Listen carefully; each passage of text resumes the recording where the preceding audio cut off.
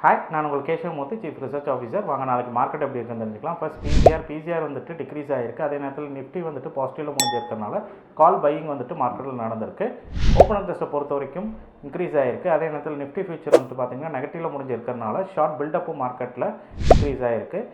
Cost of carry பொறுத்த வரைக்கும் previous செஷனை compare பண்ணும்போது டிக்ரீஸ் ஆகிருக்கு. பிப்ரவரி மந்த்தை கம்பேர் பண்ணும்போது ஜனவரி மந்த்தும் டிக்ரீஸ் ஆகிருக்கனால நெகட்டிவ் பைஸில் நாளைக்கு ட்ரேட் ஆகிறதுக்கான வாய்ப்புகள் இருக்குது. இண்டெக்ஸை பொறுத்த வரைக்கும் ப்ரீவியஸ் செஷனை கம்பேர் பண்ணும்போது டிக்ரீஸ் ஆகிருக்கு. இதனால் வால்டிலிட்டி டிக்ரீஸ் ஆகிறதுக்கான வாய்ப்புகள் இருக்குது. ஸோ இது வந்துட்டு ஒரு பாசிட்டிவ் ஃபார் மார்க்கெட். ஸோ ஓவராலாக வந்து பார்த்தீங்க அப்படின்னா இன்றைக்கி வந்துட்டு மார்க்கெட் கன்சாலிடேஷன்லேயே முடிஞ்சிருந்தது. பிகாஸ் ஆஃப் இன்றைக்கி வந்துட்டு யூஎஸோட இன்ஃப்ளேஷன் டேட்டா இருக்குது. ஸோ இதை பொறுத்து வந்துட்டு யூஎஸில் இன்ட்ரெஸ்ட்டில் சேஞ்சஸ் கொண்டு வரப்படும்.